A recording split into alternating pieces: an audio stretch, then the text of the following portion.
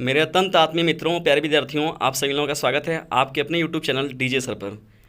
जैसा कि रोज़ आपको श्रृंखला मिलती है डेली करंट अफेयर्स की, तो 4 जून 2021 के डेली करंट अफेयर्स को मैं यहाँ लेकर आया हूँ, जो कि बहुत ही इंपॉर्टेंट है। तो आइए चलिए देखते हैं हम लोग समसामयिक घटना चक्रों को, जो कि 4 जून के लिए बहुत ही इंपॉर्टेंट होने वाला है। तो चलिए आइए देखते हैं हम लोग पहले प्रश्न की ओर।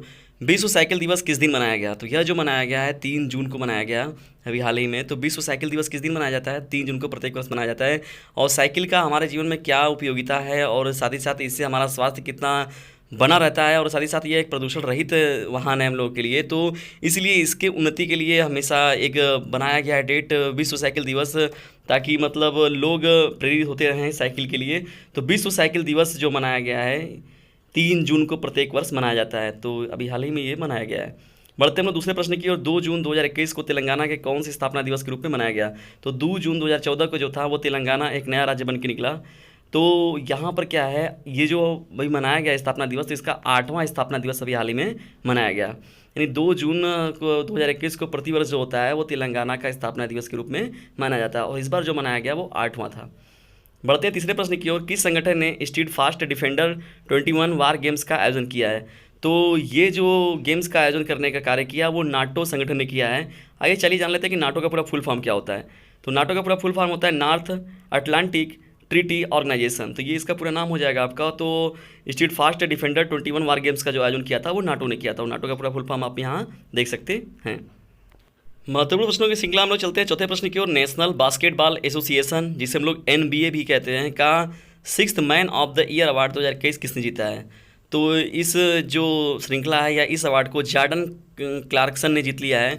तो ये जो जॉर्डन क्लार्कसन है उन्होंने 6th man of the year award 2021 जीत लिया, जो कि NBA का दिया जाता है, नेशनल बास्केटबॉल एसोसिएशन के लिए। पांचवा हम लोग का प्रश्न है, हाल ही में किस देश ने नासा के साथ अंतरिक्ष समझौते पर हस्ताक्षर किए हैं?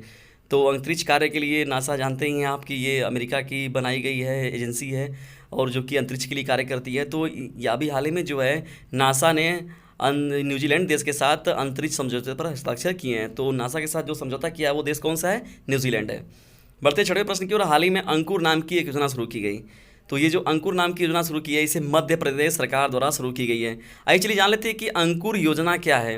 अंकुर योजना का मतलब होता है कि अगर मानसून आ रहा है तो तो उसके साथ बारिशी चीज़ें आ रही हैं, तो आपको पौधारोपण की बात करना है, यानी ये पौधों के बारे में बात, वृक्षारोपण की बात करनी है, बढ़ावा देना है उसे। तो एक तरीके से ये एक अच्छी पहल है। तो उसमें एक इनाम दिया जाएगा, लोगों को पुरस्कृत किया जाएगा, ताकि लोग इससे आगे प्रेरित हों और वो अच्छे से अच्छे अपने कार्यों को और अंजाम दे सके। तो ये वृक्षारोपण को बढ़ावा देने के लिए लोगों को पुरस्कृत किया जाएगा, और साथ ही साथ ये जो अंकुर योजना है इसके तहत प्राणवायु अवार्ड भी दिया जाएगा। तो ये अंकुर योजना जो है मध्य प्रदेश सरकार द्वारा चालू किया गया एक, ये बहुत ही अच्छी योजना की पहल है। यदि आप सभी लोग को वीडियो पसंद आता है तो इसे लाइक कीजिए, शेयर कीजिए, और चैनल पर नहीं तो सब्सक्राइब करना बिल्कुल भी मत भूलिएगा, क्योंकि आपको ऐसे ही मोस्ट इंपॉर्टेंट वीडियोज आपको मिलते रहेंगे। बढ़ते हैं हम लोग सातवें प्रश्न की ओर। किस देश में एक नेशनल मैप ऑफ इस्लाम जारी किया है? यानी किस देश ने एक नेशनल मैप ऑफ इस्लाम जारी किया है? तो इसे जारी करने वाला, नेशनल मैप ऑफ इस्लाम जारी करने वाला ऑस्ट्रिया देश है। तो ये ऑस्ट्रिया ने ही नेशनल मैप ऑफ इस्लाम जारी किया है। बढ़ते हैं आठवें प्रश्न की ओर। घर घर औषधि योजना शुरू की है। तो इसे जो शुरू करने का कार्य किया है राजस्थान सरकार ने किया है, जो कि कोरोना महामारी में देखा जाए तो जो औषधि लाभकारी है या तो जो स्वास्थ्य के लिए बहुत ही महत्वपूर्ण चीज़ें हैं, तो उसको घर घर तक देने का ये सरकार ने एक पहल चालू की है राजस्थान सरकार ने, ताकि मतलब रोगों पर नियंत्रण पाया जा सके। तो घर घर औषधि योजना जो शुरू की गई है वो किसके द्वारा शुरू की गई? तो ये राजस्थान सरकार के द्वारा शुरू की गई है। और यहाँ पर जानते हैं कि इसके मुख्यमंत्री आप कौन हैं? यहाँ के मुख्यमंत्री अशोक गहलोत जी हैं। बढ़ते नवे प्रश्न की ओर। हाल ही में जारी ICC महिला T20 रैंकिंग में कौन शीर्ष पर रही है? तो ICC की जो महिला T20 रैंकिंग बनाई गई है उसमें भारत की जो सैफाली वर्मा हैं उनको प्रथम स्थान दिया गया है। तो जो हाल ही में जारी ICC जो है ये इंटरनेशनल क्रिकेट कंट्रोल बोर्ड होता है, तो जो कि अंतर्राष्ट्रीय स्तर पर पूरे क्रिकेट की चीज़ों को ध्यान में रखते हैं ये लोग। तो ICC, तो ये क्या महिला का जो बनाया गया उसमें T20, तो उसमें जो शीर्ष पर हासिल किए हैं उनका नाम क्या है? सैफाली वर्मा। और ये एक अच्छी बल्लेबाज भी हैं, तो एक अच्छे प्लेयर खिलाड़ी के रूप में जिन्होंने यह कारनामा किया हुआ है। महत्वपूर्ण प्रश्नों की श्रृंखला हम लोग चलते हैं 10वें प्रश्न की ओर। हाल ही में जारी centre of world university ranking 2021-22 में कौन शीर्ष पर है? तो इसमें जो 2000 यूनिवर्सिटियों, पूरे विश्व की 2000 यूनिवर्सिटियों का मुआयना किया गया, तो उसमें जो प्रथम रैंकिंग पाई गई है, तो उसमें हार्वर्ड यूनिवर्सिटी को सम्मान दिया गया है। तो यानी जो टॉप रैंकर में अगर बात किया जाए 2000 यूनिवर्सिटियों में, तो जो पहले नंबर पर है वो हार्वर्ड यूनिवर्सिटी है। जबकि भारत की अगर बात किया जाए तो IIM अहमदाबाद भारत से टॉप पर रही है, जबकि इसकी टोटल अगर रैंकिंग में बात किया जाए तो 415वीं रैंक है। तो भारत की IIM अहमदाबाद जो है वो 415वीं रैंक पर है, और जबकि भारत के लिए पहला है और पूरे विश्व के लिए 415वें रैंक पर है। और पूरा जो टॉपेस्ट रहा है 2000 यूनिवर्सिटियों में हार्वर्ड यूनिवर्सिटी रहा है।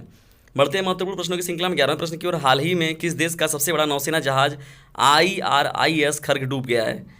तो यह जो सबसे बड़ा नौसेना जहाज जो IRIS नाम से, खर्ग नाम से था, यह ईरान देश का था, जो कि भी हाल ही में डूब गया है।